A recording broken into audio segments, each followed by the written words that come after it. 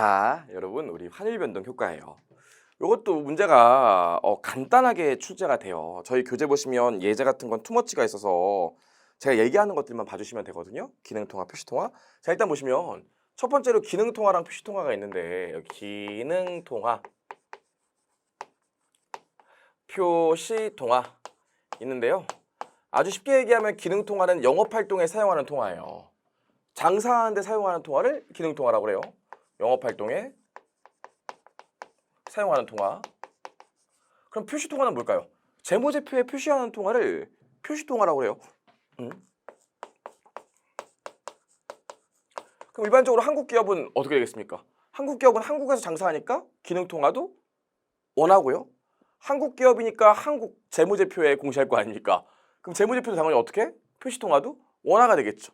여태까지 우리가 배운 건 이게 똑같을 때예요. 그럼 이게 다를 때도 있을까요? 없을까요? 다를 때가 있죠. 기능통화, 표시통화가 다를 때가 있는데 대표적으로 보면 삼성전자에 미국 자회사가 있대요. 그럼 미국 자회사는 평소에 뭘로 영업을 하겠습니까? 달러로 영업을 하겠죠.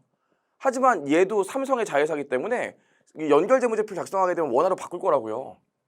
그럼 기능통화랑 표시통화가 달라질 수 있겠죠. 우리가 요거 사례에 대해서 한번 볼 거고, 두 번째로는 난 한국 기업인데 주로 거래처들이 다 외국에 있대요. 미국 기업이랑 거래를 하기 때문에 평소에는 별로 달러 거래만 계속 한대요. 그럼 기능통화는 달러겠죠. 하지만 한국 기업이기 때문에 재무제표 공시 한국에서 할 때는 원화로 해야 될 거라고요. 지금부터 우리가 배울 게 뭐냐면 이렇게 기능통화랑 표시통화랑 다를 때 어떤 이슈들이 있는지 그걸 좀 볼 겁니다. 그럼 보시면 밑에 기능통화 나와 있고 기능통화 결정 시 고려사항이 있는데 이런 거 말 문제로 안 나와요. 그냥 계산을 하지. 그래서 여러분 이걸 그냥 한번 읽어보시면 되고, 뭐 제가 얘기할 것도 아니고 사실 제가 읽어보지 않고 그냥 여러분 한번 읽어보세요 이런 것들은 안 나오니까 안 보셔도 되는데 궁금하신 분은 한번 읽어보세요 이런 뜻이겠죠? 보시면 되고요. 밑에 보시면 외화거래 환산이 있는데 이건 좀 중요해요. 그럼 첫 번째로 기능통화랑 표시통화를 우리가 봤고, 이 뭐가 있냐면 우리 자산부채를 보면 화폐성 항목이 있고 비화폐성 항목이 있습니다. 화폐성 항목이랑 비화폐성 항목을 좀 구분하셔야 되는데, 화폐성 항목은 뭐냐면 갖고 있으면 조만간 돈이 들어오거나 돈이 나가는 것들을 화폐성 항목이라고 해요. 우리 매출채권 생각해 보시죠. 매출채권 갖고 있으면 매출채권이 없으면서 현금이 회수되겠죠. 이런 것들은 화폐성 항목이에요. 우리 대여금 생각해 보시죠. 돈을 빌려줬으니까 조만간 돈이 다시 회수돼 들어오겠죠. 이거 화폐성 항목이에요. 그럼 우리 사채 생각해 보세요. 사채. 이 갖고 있으면, 부담하고 있으면 언젠간 돈을 갚아면서 사채가 없어지기 때문에 돈이 나가겠죠. 화폐성이에요. 매입 채무, 미지급금 다 같은 소리죠. 화폐성이에요. 하지만 비화폐성 자산 어떨까요? 토지 갖고 있다가 돈 들어와요? 아니에요. 건물 갖고 있다가 돈 들어옵니까? 아니 팔았을 때 말고 갖고 있으면 돈 들어오는 게 예정돼 있냐고요. 아니죠. 선급금 어떻게 돼요? 미리 낸 돈이기 때문에 추후 재화를 제공받는 거지 돈이 들어온 건 아니에요. 선수금 어떻게 돼요? 미리 돈을 받고 나중에 용역을 제공할 거기, 재화를 제공할 거기 때문에 선수금은 어떻게 돼요? 비화폐성이 됩니다. 그래서 이렇게 화폐성과 비화폐성을 나눠요. 그럼 화폐성과 비화폐성을 나누는 이유가 뭐냐면 이것 때문에 그래요. 자, 봐요. 내가 1월 1일 날 외국에 매출을 했대요. 외국에. 그럼 여기 매출이 오고요.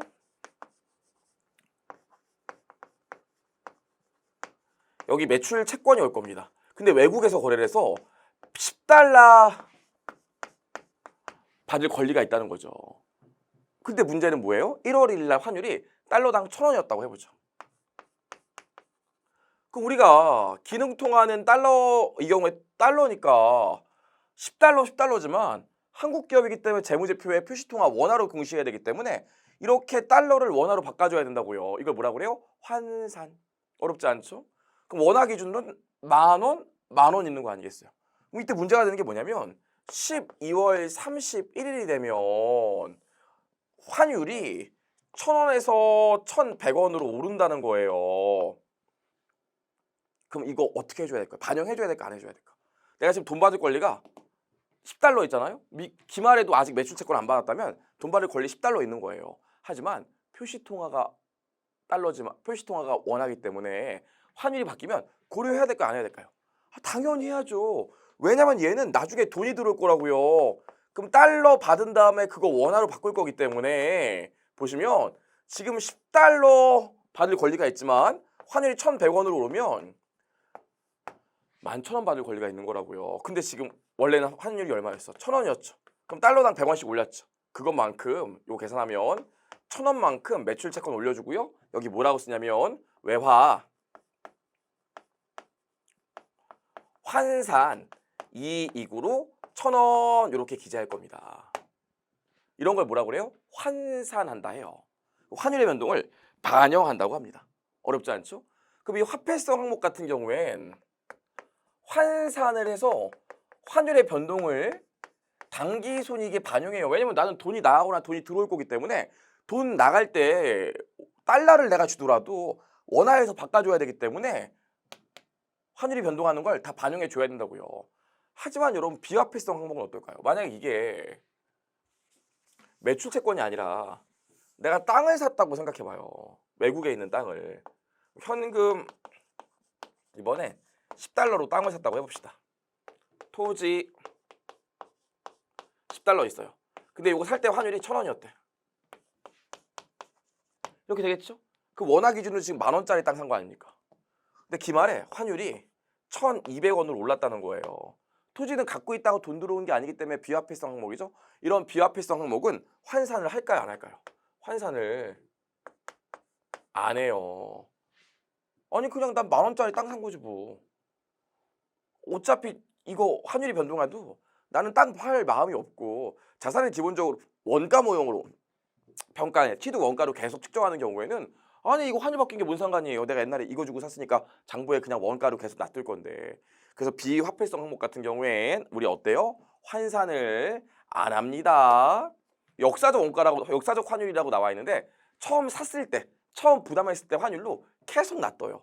환율 바꿔주지 않는다고요. 그래서 옛날에는 우리 시험이 어떻게 나왔냐면 교재 그 다음 페이지에 있는 것처럼 화폐성 항목이랑 비화폐성 항목이 환율의 변동에 따라 환산을 해주는지 안 해주는지 차이가 나기 때문에 정리 읽어보시고 하기 때문에 화폐성 항목과 비화폐성 항목을 막 섞어놓은 다음에 다음 중 화폐성 항목이 아닌 것은 다음 중 비화폐성 항목이 맞는 것은 막 이런 거 찾고 그랬다고요. 그래서 여러분 미안한데요. 여기 예시는 외워주셔야 돼요.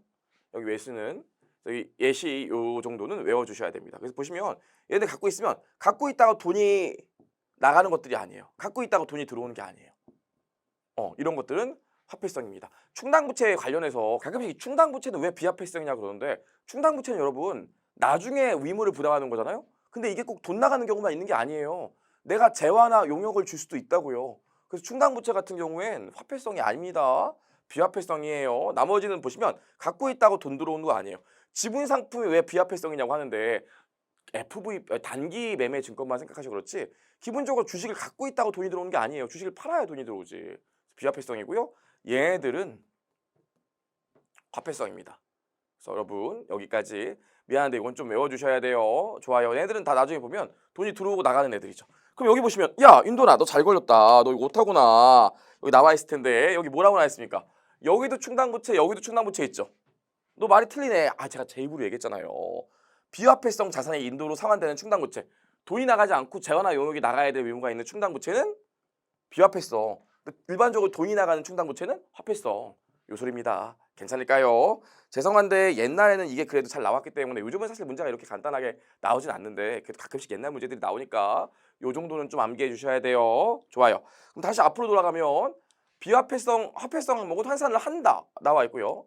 비화폐성 항목은 환산을 안 하는 나와 있고요. 특수 항목에 대한 환산이 있는데 여러분 우리 매도 가능 증권이나 유형자산 같은 경우에는 얘네들 비화폐성이잖아요. 그럼 얘네 환산 안 해야겠네. 근데 환산을 안 하는 대신 어떨까요? 이거 지금 미리 얘기를 좀 해볼까요? 자 보시면 매도 가능 증권도 마찬가지고 토지도 마찬가지인데 토지를 100달러에 샀대요. 이때 환율이 1,000원이었대. 그럼 토지 10만 원짜리죠. 그럼 얘는 비화폐성이기 때문에 기말에 환율 변동을 고려 안 한다고요. 갖고 있다가 돈 들어오는 게 아니니까. 하지만 이 토지가 재평가 모형이라는 거예요. 그럼 재평가 모형이면 어떻게 돼? 기말에 공정가치가 120달러가 됐대. 그럼 공정가치 평가를 해줘야 될 거 아닙니까? 이렇게 공정가치 평가를 할 때는 그 시점에 기말 환율을 쓰게 돼요. 그래서 이만큼을 다 환율 변동 손익이 아니라 재평가 잉여금의 기재하게 됩니다. 괜찮을까요? 매도 가는 증권도 마찬가지예요. 매도 가는 증권 평가액 기타 포괄손익도 기말의 외화 공정 가치에다가 요 시점에 환율을 곱해서 평가 손익을 계산하게 돼요. 그게 요 얘기입니다. 뒤에 문제 있어요. 여기까지. 사실 이게 답니다. 우리가 알아야 되는데. 환산은. 여기까지 봤고요. 그래서 밑에 보시면 화폐성 항목을 인식할 때 블라블라 나와 있는데 이게 이 용어가 좀 어려워서 그런데 보세요. 거래일에 현물 환율을 적용한대요. 우리 아까 했던 얘기 다시 써볼까? 아유 괜히 지워갖고 있자. 지우지 말걸. 자 보세요. 우리가 1월 1일 날 외상 매출을 했대요. 그럼 여기 뭐 매출 오고 매출 채권 오겠죠? 여기 100달러 있고 여기 100달러 있는데 환율이 이때 당시 1,000원이었대요. 그래서 10만 원을 기재할 거 아닙니까? 요 실제 거래가 발생한 날 환율을 뭐라고 그래요? 거래일 환율이라고 합니다. 그래서 거래일의 현물 환율이라고 나와 있는데 별게 아니라 뭐라고요? 거래일의 환율 얘기하는 거예요. 보시면 되고 두 번째로 보고기간 말에 환산이 있는데 그럼 화폐성 항목 같은 경우 제가 아까 뭐라고 그랬습니까? 12월 31일 날 환율이 1,200원 됐다는 거예요. 그럼 나 원화 기준으로는 10만 원이 아니라 100달러에다 1,200원 곱하니까 12만 원이 되겠죠. 100달러가 이렇게 있지만 달러당 환율이 1,200원 됐어요. 이거 1,000원이고요. 그럼 어떻게 돼요? 2만 원 올라가는 거 아닙니까? 2만 원 올라가는 것만큼 매출 채권을 2만 원 늘려주고요. 여기 외화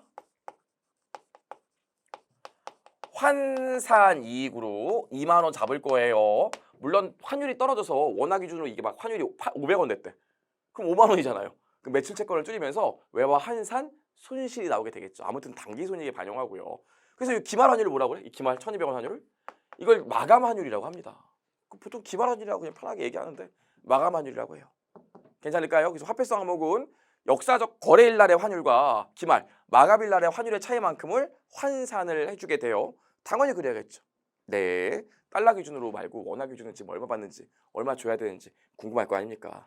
나와 있고요. 결제일 환산이 나와 있는데 이게 별게 아니라 이 얘기예요. 그럼 실제로 그 다음 연도 2월 1일 날 돈을 받았대요. 어머, 웬일이야? 근데 이때 환율이 1,300원이래요. 그럼 난 돈을 받겠죠. 애초에 나는 얼마 받을 권리가 있어요? 100달러 받을 권리가 있는데 이때 당시에 환율이 1,300원이라는 거예요. 그럼 이거 원화로 환산하면 얼마 돼요? 달러당 1,300원이니까 13만 원 되겠죠. 근데 난 장부에 매출 채권 얼마 기재해놨어요?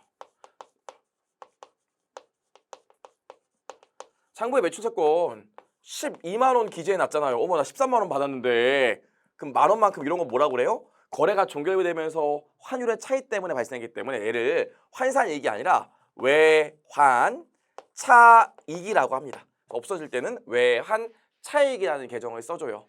괜찮을까요? 그럼 만약에 이때 환율이 떨어져서 매출채권 12만 원 없어지는데 현금이 11만 원 들어왔대. 그럼 이쪽엔 뭐라고 쓸까요? 외환차손이라고 써요. 괜찮을까요? 그래서 이 1,300원이 뭐가 돼? 결제일의 환율이 됩니다. 실제로 돈 들어오거나 돈 나갈 때 환율. 그래서 이 차이만큼도 외환차익, 외환차손으로 단기손익에 반영하게 돼요. 좋아요. 그 얘기가 나와 있습니다. 어렵지 않죠? 이게 다예요. 그럼 외화 화폐성 부채 나와 있는데 이거 하나만 좀 기억하시면 되는데 이게 뭐가 있냐면 이자 비용을 지급하는 경우가 있거든요. 이자 비용을. 그럼 봐봐요. 우리 보시면 내가 만약에 사채를 빌렸어요. 사채를 발행했어요. 그래서 기말에 이렇게 회계 처리가 됐다는 거죠. 아니 이렇게 할게요. 그냥 액면 발행해서 사채를 액면 발행해서 현금이 100달러 나갔어요. 근데 지금 현재 환율이 기말 환율이 1,200원이래요. 그럼 1,200원 오겠죠. 근데 여기 이자 비용이 100원이라는 거예요. 100달러라는 거죠. 똑같이 원화 기준은 현금 100원 나가고 이자 비용 100달러 잡으면 되는데 문제는 뭐냐면 현금은 지금 결제할 때 외화를 원화로 바꿔주기 때문에 지금 현재 환율을 적용해야 돼요. 근데 어떻게 되는지 알아요? 수익과 비용은? 수익과 비용은 1년 동안 계속 발생한 거잖아요. 우리 발생 기준에 따라 1년 동안 발생한 거기 때문에 환율을 어느 특정 시점에 환율을 적용할 수가 없어요. 수익과 비용은. 수익과 비용은 어느 특정 시점에 환율을 반영할 수 없기 때문에 요 이자 비용은 1년 동안에 있었던 평균 환율을 쓰게 됩니다. 그래서 만약에 평균 환율이 1,100원이라면 요 차이만큼을 별도의 환율 변동 손익으로 당기 손익에 반영해 주게 돼요. 그래서 여기 나와 있지만 여기 이자 비용이라고 나와 있지만 기본적으로 손익은 평균 환율을 적용한다. 여기까지 좀 아시면 될 것 같습니다. 어렵지 않죠? 자, 여기까지 하고 나면 그 다음 페이지에 비화폐성 항목이 나와 있는데 우리 유형자산 제가 얘기한 것 같아요. 유형자산은 비화폐성 항목이기 때문에 원가 모형을 쓰는 경우엔 환율 변동 효과를 고려하지 않아요. 환율이 변동해도 그냥 고려를 안 한다고 아까 토지 보여드렸잖아요. 하지만 재평가 모형 같은 경우 어떻게 돼? 기말에 공정가치 평가를 하기 때문에 달러 기준으로 공정가치에 기말 시점에 환율을 곱한 금액이 원화 기준 공정가치가 되고 최초 취득 시점의 금액이랑 요거 두 개를 비교해서 다 재평가 손익에 반영하게 됩니다. 그럼 재고자산이 있는데요, 여러분. 재고자산. 이 재고자산도 한번 문제가 된 적이 있어요. 뭐냐면 우리 재고자산은 기말에 어떻게 측정하죠? 후속 측정 어떻게 하죠? 아시잖아요. 그쵸? 저가법을 적용을 해요. 저가법을. 그럼 재고자산을 100달러에 샀고요. 요거 환율이 1,000원이라고 해봅시다. 달러당 1,000원이라고 해볼게요. 그럼 지금 재고자산은 얼마짜리예요? 10만 원짜리가 있는 거 아니겠습니까? 근데 기말에 순실현 가능 가치를 봤더니 이게 달러 기준으로는 90달러라는 거예요. 그럼 달러 기준은 지금 100달러짜리가 90달러 됐으니까 평가 손실 인식해야 되지. 하지만 재고자산도 기말의 순실현 같은 가치에다가 기말 환율을 적용한다고요. 그럼 기말 환율 적용하면 이거 얼마 나와요? 10만 8천 원 나와요. 그럼 달러 기준은 저가법 적용 대상이 되지만 원화 기준으로는 오히려 가격이 올라갔지. 그럼 저가법 적용을 안 합니다. 다른 말로 평가 손실을 인식하지 않아요. 그 요 얘기예요. 책에는 너무 간단하게 나와 있으니까 제가 여러분이라면 요 정도 예는 써놓을 것 같아요. 중요합니다. 좋아요. 여기까지요. 전혀 어렵지 않고요.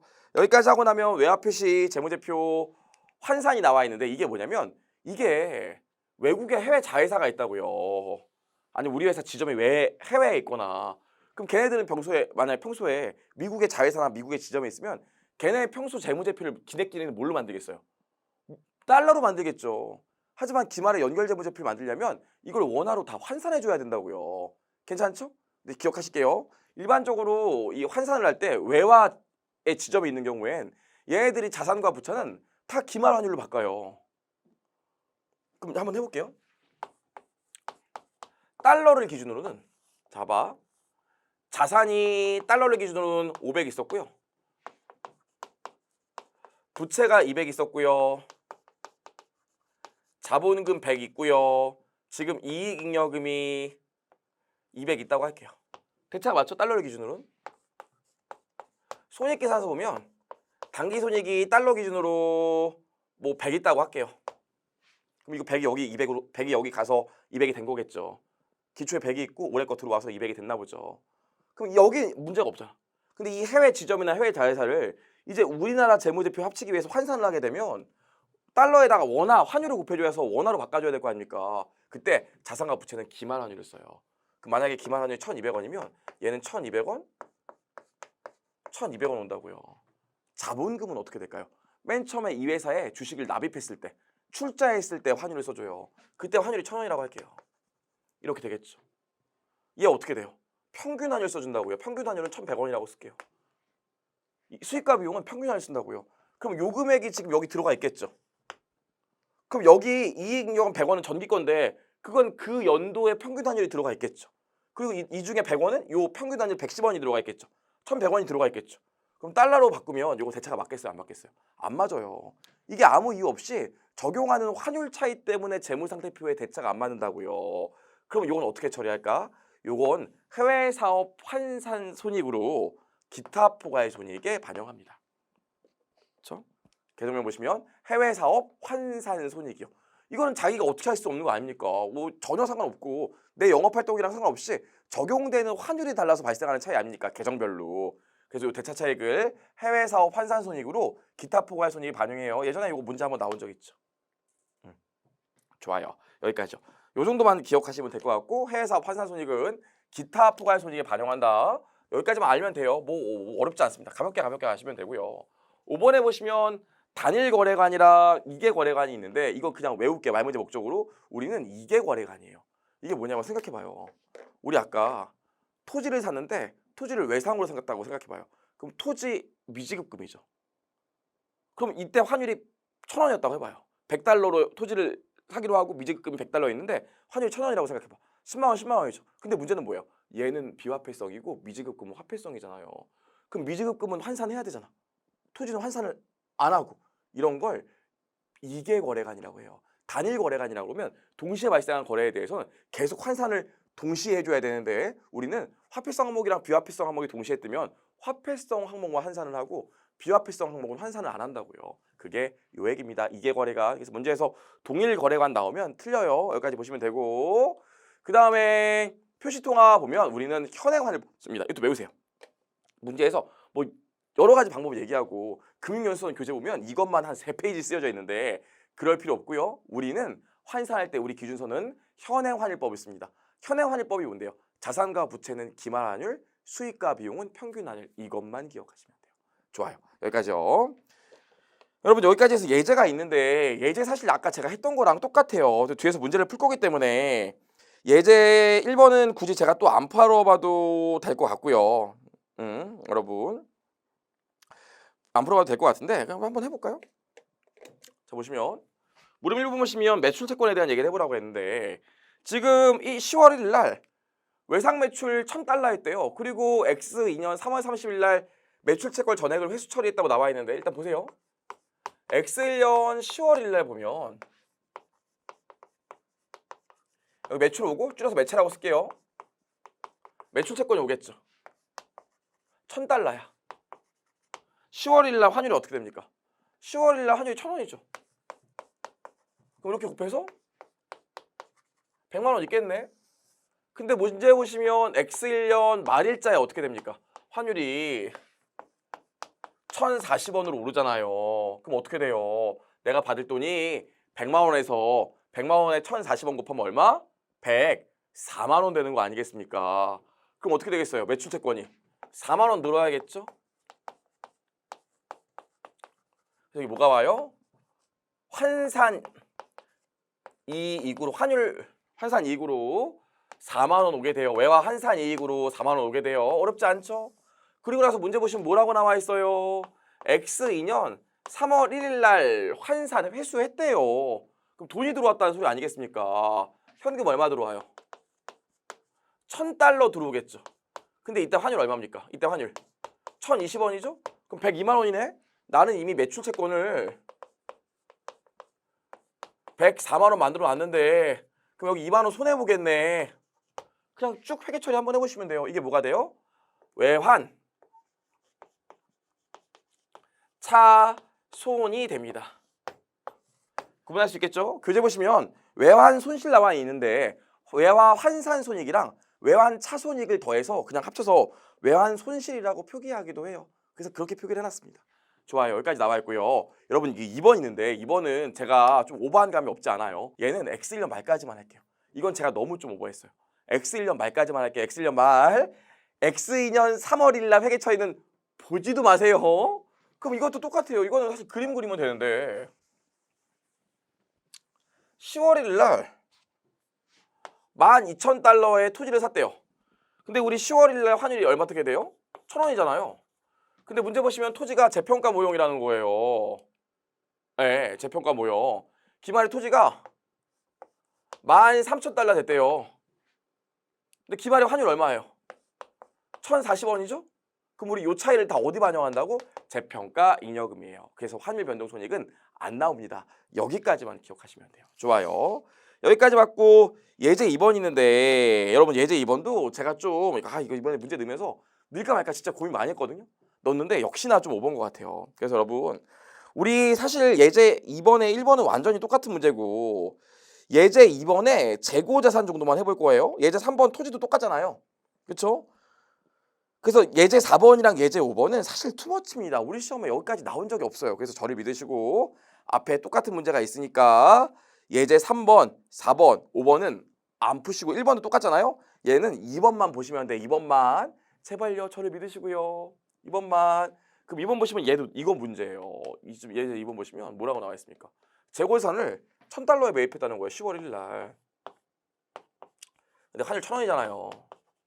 이렇게 있는데 저가법을 적용하는데 기말에 달러가 980원 됐다는 겁니다. 달러 기준으로 재고자산이. 그럼 달러 기준은 저가법 적용해야겠지. 근데 12월 30일로 환율이 얼마예요? 1,040원이에요. 그럼 계산해 보면 980원 곱하기 1,040원 하니까 얼마 나와요? 111만 9,200원 나온다고요. 그럼 원화로 환산하면 여기 있어요. 그럼 평가손실 적용할 게 있다 없다? 없다. 여기까지만 기억하시면 돼요. 제가 너무 오버했습니다. 예제에 3, 4, 5번 푸는 거 아니에요. 약속. 그리고 그 다음 연도 푸는 거 아니에요. 약속. 좋아요. 여기까지요. 제가 우리 교재에서 이거 풀지 말라고 책에 있음에도 불구하고 푸지 말라고 하는 게 3개가 있어요. 앞에서도 한번 얘기했었죠. 그렇죠? 요거 얘기했고요. 저기 법인세 가서 기간 내 배분 하지 말라고 얘기할 거예요. 3가지는 제 책에 있지만 하지 말라고 얘기할 겁니다. 좋아요. 자, 여기까지 하고 나면 예제 3번이 있는데 이게 환산하는 문제거든요. 환산? 여러분 이렇게 그냥 바로 볼게요. 자, 우리 재무상태표가 이렇게 있어요. 이거 교재에 이 얘기가 없어요. 이거 좀 써주세요. 그럼 자산총이 얼마입니까? 8,000달러죠. 그럼 이걸 환산한다고 하면 문제 보시면 기말 환율 얼마예요? 문제 보시면 기말 환율이 800원이라고 나와 있어요. 그럼 여기는 800원이 들어갑니다. 괜찮을까요? 그리고 나서 부채 있어요, 부채? 부채 단어가 얼마예요? 3,000달러죠? 얘도 기말 환율 800원이 들어가요. 그 본점 3,700달러가 있는데 문제 보시면 X1년 12월 30일 날 LA 계정 잔액이 270만 원이다 나와 있는데 이게 뭐냐면 이게 옛날에 본점 계정에 돈을 넣었을 때 270만 원 넣었다는 소리예요. 그때 환율까지 고려하면 270만 원이라는 소리거든요. 그러니까 그냥 여기다가 270만 원 넣으시면 돼요. 지점에. 괜찮을까요? 여기까지 했습니다. 자, 여기까지 하고 나면 지금 이제 뭐 해줘야 돼요? 이익잉여금 바꿔줘야겠죠. 지금 보시면 올해 당기손익이 1,300원이고 이익잉여금이 1,300원 있어요. 그쵸? 그럼 요 1,300원은 무슨 환율 써줘야 돼? 올해 당기손익이 넘어온 거기 때문에 올해 평균 환율 써줘야 돼요. 평균 환율 얼마입니까? 730원이요. 이렇게 교재에 이 얘기가 없어요. 이거 좀 써놓으실까요? 자, 이렇게 하면 대차가 맞을지 안 맞을지 저랑 한번 해보죠. 대차가 맞을지 안 맞을지. 8,000원 곱하기 800원 하면 자산은 여기 640만 원 나오고요. 여기 3,000원 곱하기 800원 하면 여기 240만 원. 여기 계산해 볼게요. 1,300원 곱하기 730 더하기 270만 원 하면 364만 9천 원 나와요. 그럼 한번 해볼게요. 640만 원에서 240만 원 빼고 364만 9천 원 빼주니까 얼마 나옵니까? 35만 1천 원 나오죠. 대차 안 맞잖아요. 그게 뭐가 돼? 해외 사업 환산 이익으로 35만 1천 원이 기타 포괄 손익에 기재돼야 돼요. 그래서 우리 시험은 뭐가 나옵니까? 요것만 나와요. 괜찮을까요? 요것만. 좋아요. 그래서 지금 해답을 보시면 요 BS 모양이 정작 안 나와 있어요. BS 모양을 좀 써주시면 좋을 것 같습니다. BS 모양. 그래서 최근에 우리 시험에 요거 한번 나온 적 있어요. 이렇게 자료 제시하고 해외 사업 환산 손익이 얼마냐 이렇게 물어본 적이 있었는데 결론이 뭐예요? 자산은 기말환율, 부채도 기말환율, 본점이나 자본금 나오면 나와 있는 것처럼 역사적 원가, 역사적 환율, 처음에 낸 돈 써주시면 되고요. 수익과 비용은 평균 환율. 그래서 평균 환율이 여기 타고 들어온다고요. 그럼 대차를 맞추면 얘는 얼마 나와요? 대차를 맞추면 구할 수 있게 되겠죠. 요게 해외 사업 환산 이익이 돼서 기타 포괄 손익에 반영한다. 여기까지만 기억하시면 될 것 같아요. 좋아요. 다 풀어봤습니다. 다 했습니다. 자, 그럼 이제 하나씩 문제를 좀 볼게요. 실제로 얘는 말 문제도 어쩌다 한번 나오지만 계산 문제는 그냥 사실 나오기 때문에 해외 사업 환산은 계산 문제 자체는 쉬워요. 맞춰주셔야 돼. 제일 어려운 문제가 요 정도라고요. 근데 이거 지금 얘기했지만 간단하잖아. 일단 그 신용문서사 시험 문제 특징을 보면 어려운 문제들은 문제도 길어요. 길잖아요. 하지만 계산은 간단한 경우가 많아요. 여기까지만. 자, 그럼 이제 개념 완성 문제로 넘어가 보겠습니다. 개념 완성 문제 1번을 보시면 우리나라 회계 기준에서 재무제표를 시제법, 현행환율법 써요. 하여튼 무조건 우리나라는 외화 표시와 관련해서는 현행 환율법입니다. 자산부채는 기말환율, 수익과 비용은 평균 환율. 해외 자회사의 모든 자산과 부채는 보고기간 말에 무슨 환율? 마감 환율 쓰셔야 돼요. 현행 환율, 기말 환율, 다른 말로 현행 환율. 좋아요. 여기까지 봤고요. 이제 문제 보시면 3번 나와 있는데 해외 자회사가 작성한 외화 표시 재무제표상 회계 수치가 각국의 재무 비율을 계산할 때 원화로 표시한 환산한 재무제표 수치와 결과가 비교적 같아지는 방법이 뭡니까? 현행환율법이에요. 그래서 우리가 현행환율법 쓰는 거거든요. 아무튼 우리 말 문제 나오면 무조건 다 현행환율법이에요. 기억합시다. 현행환율법. 자, 1번 보시면 화폐성 항목으로 볼 수 없는 거 나와 있는데 다음 몇 번입니까? 1번이요. 재고산 주식 유형자산 갖고 있다고 돈 들어오는 거 아니에요. 팔아야 돈 들어오지. 화폐성 항목들은 갖고만 있다 보면 시간 지나면 돈 들어오는 애들이 화폐성 항목입니다. 돈 나가는 애들도 화폐성 항목이고요. 2번 보시면 블라블라 나와 있는데 사실 거의 안 나왔거든요. 우리 시험에. 한번 보면 1번 제가 뭐라고 그랬어요? 아무튼 우리나라 외화 표시는 무조건 현행환율법이라고 그랬죠? 틀렸고요.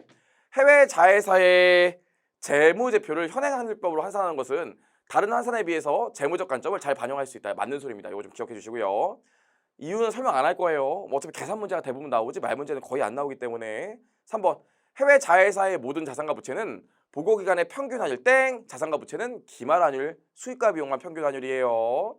자본금은 거래일 환율이 맞고요. 네.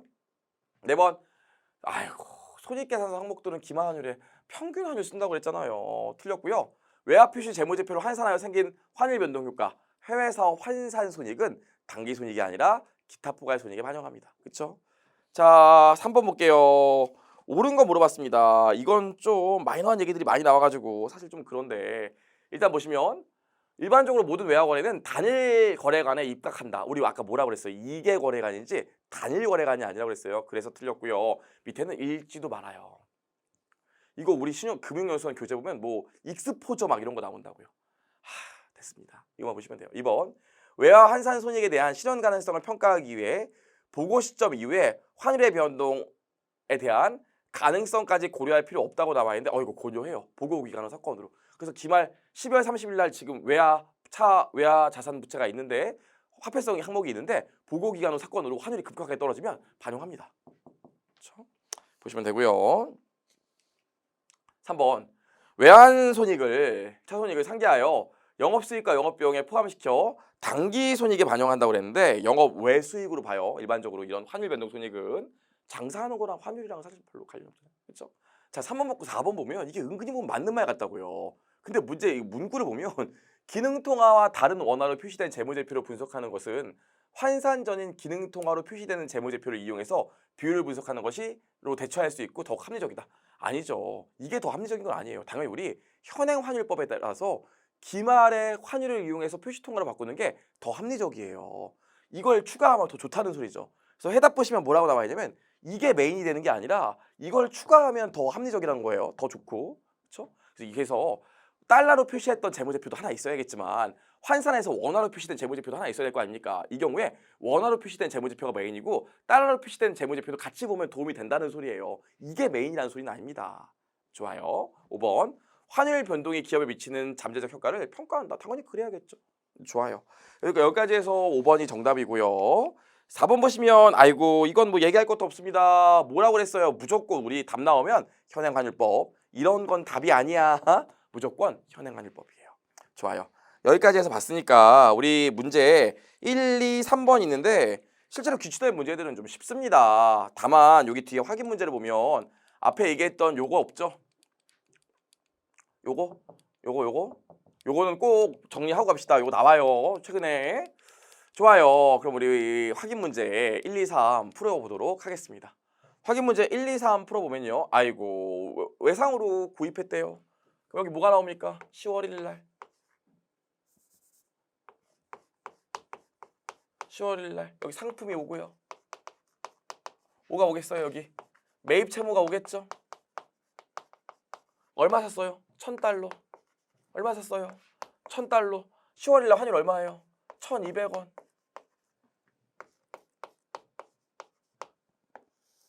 얘는 비화폐성, 얘는 화폐성. 근데 어떻게 됐습니까? X1년 12월 31일 날 환율이 1,150원으로 떨어졌죠. 그럼 봐봐. 나는 부채 지금 120만 원 갚아야 될 의무가 있는데 원화 기준으로 1,150원 됐으니까 120만 원이 아니라 이제 115만 원만 갚으면 되겠네? 그럼 여기 어떻게 돼요? 매입까지만 쓸게요. 매입 채무 5만 원 줄여줘야겠네. 그래서 여기 뭐가 와요? 외화, 환산, 이익으로 5만 원 오겠죠. 부채가 줄어들었으니까 이익이지 뭐. 자, 여기까지 하고 나서요. X2년 3월 31일 보면 어때요? 환율이 완전 올라갔어요. 1250원으로. 그럼 나 현금 나가야 되는데 현금 얼마 나가요? 1000달러 갚아야 되는데 환율이 지금 1250원이죠. 그럼 얼마 들어옵니까 여기? 125만 원이요. 그럼 여기 매입 채무는 얼마 와요? 매입 채무는 115만 원 만들어 놨었죠. 그럼 여기 10만 원 차이 나잖아요. 아유 내가 부채로 잡았던 것보다 돈이 더 나갔네. 뭐? 외환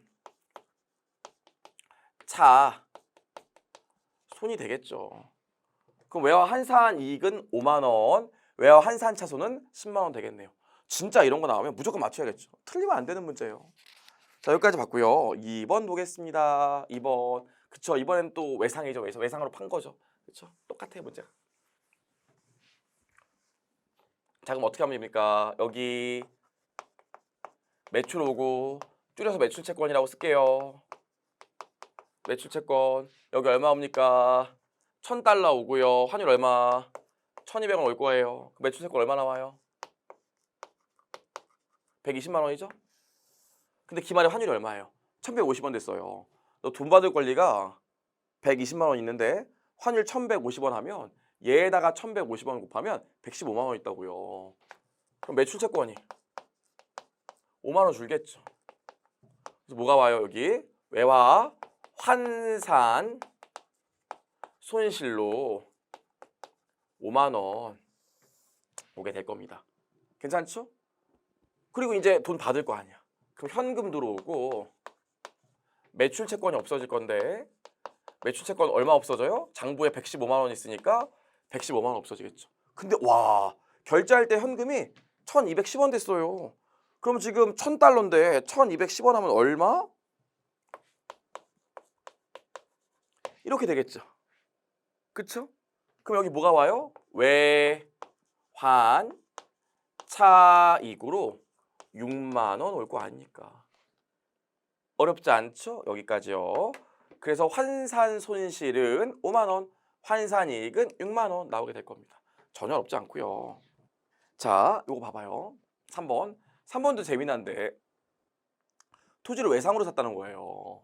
그리고 기말에 외화 환산 손익이랑 토지의 재평가 인력을 물어봤는데 이건 그냥 말로 봅시다. 바로. 봐봐요. 토지 10,000달러짜리예요. 7월 1일 날 환율이 1,000원이었습니다. 근데 12월 30일 날 토지의 공정가치 얼마예요? 12,000달러 됐죠? 근데 12월 30일 날 환율 얼마예요? 1,200원이라고요. 그럼 계산하면 기말 공정가치 얼마? 12,000달러에다가 1,200원 곱하니까 얼마? 1,440만 원. 얼마예요 이거? 1,000만 원. 그럼 이만큼 얼마 나와요? 재평가 잉여금이 440만 원 나오겠죠. 그 재평가 잉여금 440만 원이에요. 너무 쉽죠. 외화 미지급금은 우리 봤으니까 하면 되는데 자 봐봐요. 얘도 똑같아요. 이게 거래가 아니기 때문에 토지는 환율 변동 손실 이런 건 없죠. 하지만 미지급금은 이게 비화폐성 항목이 아니라 화폐성 항목이기 때문에 기말에 환산을 해줘야 돼요. 처음에 부채 얼마 있었습니까? 바로 이렇게 계산해 볼까요? 기말에 부채가 기초에 7월 1일 계약을 했을 때 1,000달러 줘야 되지. 그때 환율이 10,000달러 줘야 되지. 그때 환율이 1,000원이었어요. 그럼 원화 기준으로 미지급금이 1,000만 원이 있었다고요. 근데 기말에 어떻게 됐어요? 여전히 10,000달러 줘야 되는데 환율이 1,200원으로 올랐으니까 기말에 얼마 줘야 될 의무가 있어요? 1,200만 원 줘야 될 의무가 있죠. 그럼 부채 얼마 증가했어요? 100만 원. 그러니까 환율 변동 손이 200만 원. 죄송해요. 200만 원. 그렇죠? 1,000만 원? 1,200만 원. 그럼 기말의 부채가 200만 원 늘었잖아요. 부채가 늘었으니까 환율 외화 환산 손실이겠죠. 괜찮을까요? 요 정도. 그래서 아직도 환산 문제는 요 정도 나오기 때문에 이게 절대 틀리시면 안 돼요. 괜찮을까요? 요 정도. 좋아요. 우리 여기까지 해서 외환 손익까지 했고요. 와, 이제 진짜 끝이 보이죠. 그래서 법인세 회계인데 간단합니다. 그다음 건설 회계 간단해요. 여기까지 하고 나면 이제 거의 다 끝났기 때문에 여러분 정말 고생하셨어요. 다 왔습니다. 다 왔습니다. 네, 이번 시간은 여기까지 하도록 하겠습니다.